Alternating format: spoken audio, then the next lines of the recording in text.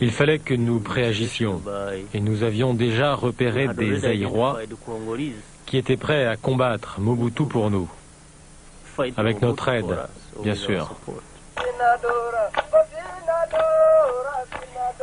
En même temps qu'il prépare la guerre, Paul Kagame se rend au siège des Nations Unies pour tenter une dernière fois d'obtenir un engagement de la communauté internationale. La paix et la stabilité du Rwanda et de la région va dépendre de ce que la communauté internationale sera capable de faire et dans les délais les plus courts. Envoyer un signal ferme et fort aux criminels impunis de la région est bien évidemment la meilleure solution.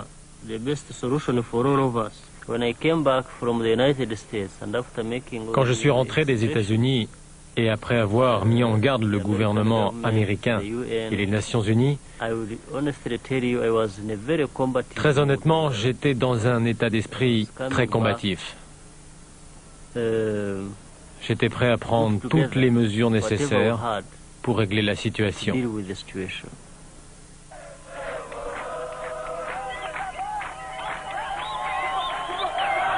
Au Rwanda, dans les camps du FPR, des milliers de Tutsis du Zaïre n'attendent plus désormais qu'un ordre pour passer la frontière.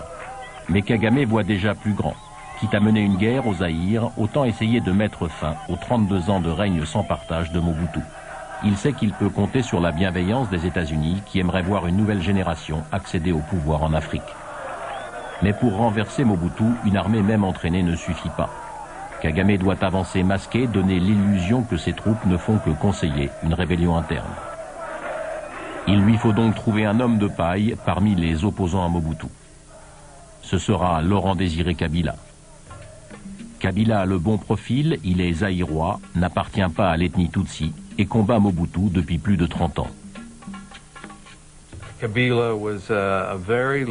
Kabila était un petit joueur. Il vivait de l'arsen. Il se faisait de l'argent en exploitant illégalement des mines d'or, en faisant quelques enlèvements.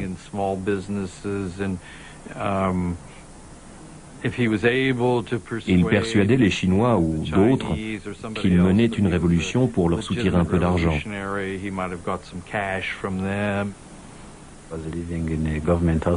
Il vivait en Tanzanie, dans une maison que lui prêtait le gouvernement. Il était sous la protection des services secrets.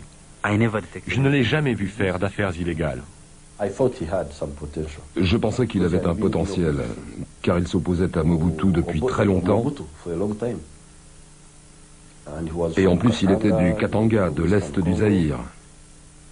Il parlait Swahili. Kabila parlait très bien notre langue, mais on savait aussi que c'était un piètre organisateur. Il n'avait jamais réussi à s'organiser contre Mobutu. J'ai accepté de le présenter à Kagame. Pourquoi? Parce que le Rwanda avait de sérieux problèmes avec Mobutu. J'ai donc demandé à Innocent Bissangwa de l'amener au Rwanda pour le présenter à Kagame. Je l'ai conduit à Kigali. Je savais où aller. Je connaissais le bureau du vice-président et les gens qui travaillaient avec lui. J'ai vu Kagame et je lui ai parlé de Kabila. Il ne le connaissait pas du tout. Je ne me souviens de rien qui m'ait frappé à son propos. De toute façon, il fallait faire avec la situation et avec les Zaïrois. Disons qu'un accident de l'histoire nous a fait tomber sur Kabila. Mais seul, Kabila n'est pas un alibi suffisant pour servir de couverture à l'intervention rwandaise. Parallèlement, 3 autres opposants à Mobutu sont contactés, dont Deogracias Bouguera, un Tutsi zaïrois du Nord Kivu, créateur dans les années 1990 de l'Alliance démocratique populaire. Autour de Kabila, ces hommes vont former l'AFDL, l'Alliance démocratique pour la libération du Congo, une organisation d'opposants à Mobutu, mais dirigée en sous-main par les Rwandais. Toute l'idée était de réunir tous ces Zaïrois qui venaient d'endroits différents, avec des histoires différentes, et de trouver un moyen qu'ils fassent cause commune. On voulait essayer de les impliquer ensemble dans une sorte de mouvement politique organisé, capable d'articuler un programme et même de justifier la guerre qui commençait au Zaïre. C'est un jeune officier rwandais qui est chargé des opérations militaires au sein de la FDL. James Kabarebe n'a que 25 ans lorsque les troupes du FPR prennent Kigali en 1994. Il en a 29 quand Paul Kagame lui confie la mission d'aider les fondateurs de la FDL à renverser Mobutu. Mais entre eux, ils ne se connaissaient pas. Il fallait donc qu'un Rwandais qui les connaisse soit présent à leur première rencontre pour faire les présentations.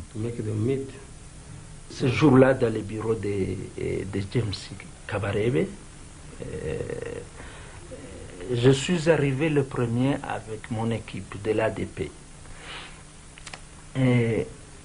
Après, il y a une jupe militaire qui est arrivée avec deux hommes. D'abord, c'était Kabila. C'était la première fois que je le voyais physiquement. J'ai vu un homme qui était en sandales, un vieux, mais qui semblait boiter, avec une tête rasée. Mais je me suis dit, c'est lui, Kabila. Je les ai présentés un par un. Et j'ai introduit l'ordre du jour, c'est-à-dire la libération du Zaïre et la guerre contre Mobutu. Ils étaient contents. Je pense qu'ils étaient contents de s'être rencontrés. Chacun a commencé à parler de son expérience. Qu'est-ce qu'il a vécu comme répression, comme torture morale, civique, d'où il venait, qu'est-ce qu'il avait fait. Tandis que Kabila, il semblait être réservé. Il regardait beaucoup plus, je me souviens, parce qu'il faisait ça, il regardait le plafond là, du bureau. Et quand il a intervenu, il nous a dit que son parti, le PRP, avait ses militants dans le Sud Kivu. Les hommes, les armes, la logistique, tout est en place. Les Rwandais et leurs alliés de l'AFDL n'attendent plus qu'un prétexte pour déclencher la guerre contre Mobutu. Le gouverneur du Sud Kivu, qui vivait à Bukavu, a fait une déclaration à la radio. Il donnait une semaine seulement aux Tutsis zaïrois du Sud Kivu, notamment à ceux qui vivaient dans les montagnes de Mulenge, pour quitter le pays sous peine d'être tués dans les 6 jours.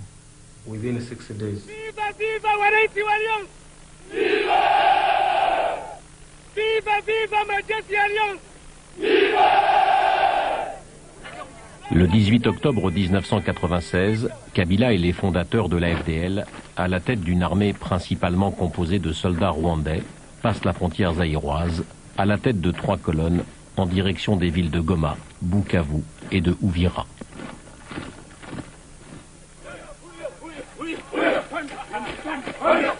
Nous sommes passés par Gisenyi pour entrer dans la ville de Goma. Et je me souviens que c'était la nuit, nous sommes entrés à 22 heures. Et nous étions avec les officiers rwandais. Nous étions avec James Kabarebe. Je me souviens qu'on était en file comme des militaires. Et il pleuvait et c'était des jeunes militaires qui étaient devant. Et puis c'était un officier rwandais, un politicien congolais, un officier rwandais, un politicien congolais en file. Au moment où l'Alliance envahit le Zaïre, le président Mobutu est hospitalisé à Genève pour un cancer de la prostate. En 32 ans de pouvoir absolu, il a maté plusieurs rébellions, souvent avec l'aide de mercenaires discrètement recrutés par la France et la Belgique. Celle-ci ne l'inquiète pas plus qu'une autre. Il n'avait pas conscience de la réalité du danger que faisait peser cette rébellion qui n'était pas un épiphénomène, hein, c'était pas quelque chose de minime. J'entends encore l'intonation de sa voix. Robert, je connais Kabila. C'est rien. C'est un petit trafiquant sur les hauteurs au-dessus de Goma et autres. Il vit de contrebande et autres. Je dis, Maréchal, je crois que vous n'êtes pas conscient du danger. Je ne sais pas qui est Kabila, je n'en ai jamais entendu parler. mais il est à la tête d'une armée. C'est pas une bande de rebelles. Il est à la tête de bandes, enfin de bataillons organisés, disciplinés, déterminés. Et derrière lui, il y a l'Ouganda, il y a le Rwanda, et il y a, je crois, les Américains. Les Français voyaient en Kagame une sorte de créature américaine, une créature parlant anglais et qui s'était propulsée au pouvoir dans un pays qui, entre guillemets, était à eux. Donc n'importe quel individu, au Zaïre ou ailleurs, qui était soutenu par Kagame et par le Rwanda, était par définition anti-français. Comme à son habitude, Mobutu s'en remet à la France. Stopper l'avancée de la FDL, c'est après tout contrecarrer l'influence grandissante des Américains dans la région. Paris a donc tout intérêt à intervenir pour préserver son précaré. Le maréchal envoie son conseiller personnel plaider sa cause à l'Élysée.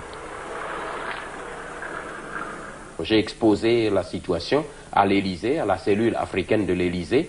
Eh bien, j'ai reçu la réponse des bonnes intentions, mais très clairement, on m'a fait comprendre que la situation internationale de la France ne lui permettait pas d'intervenir dans les pays des Grands Lacs à cause des retombées de l'opération turquoise. Depuis l'opération turquoise, en effet, la donne a changé. Soucieux de renforcer leur position en Afrique, les Américains n'entendent plus y laisser le champ libre à la France. Mobutu l'a compris un peu tard. Sa seule chance d'arrêter l'avancée des troupes de Kabila est donc de jouer la carte humanitaire et de demander une intervention des Nations Unies en faveur des réfugiés pris dans les combats.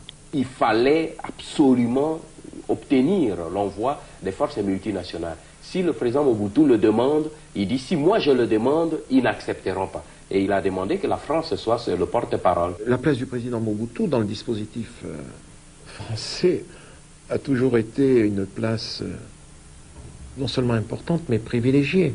Alors, monsieur le Premier ministre, ami, vous êtes dans une forme comme toujours éblouissante. Vous savez, l'estime dont le président jouit en France comme en Europe, et qui est très grande, le respect dont il est entouré dans nos pays, vous savez l'amitié qu'on lui porte. Et puis alors s'agissant de moi, vous savez que j'ai pour lui des sentiments très profonds et très respectueux, mais qui sont les sentiments de l'affection. La France a accepté, et M. Dupuche m'a dit, nous allons faire cette demande. Et après, ils nous ont envoyé Robert Bourgi, qui est descendu voir le président Mobutu avec la réponse positive que la France allait demander l'envoi de forces de l'ONU au Zaïre. Mais quand cette demande a été faite, il y a eu l'opposition des États-Unis.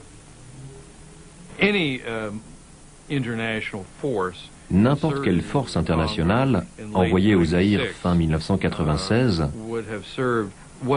que ce soit pour protéger les réfugiés, pour calmer la situation ou n'importe quoi d'autre, aurait aussi servi à renforcer l'autorité de Mobutu et de son gouvernement. C'est ce que voulaient les Français. C'est ce que nous ne voulions pas. Il n'y avait aucune raison de sauver Mobutu.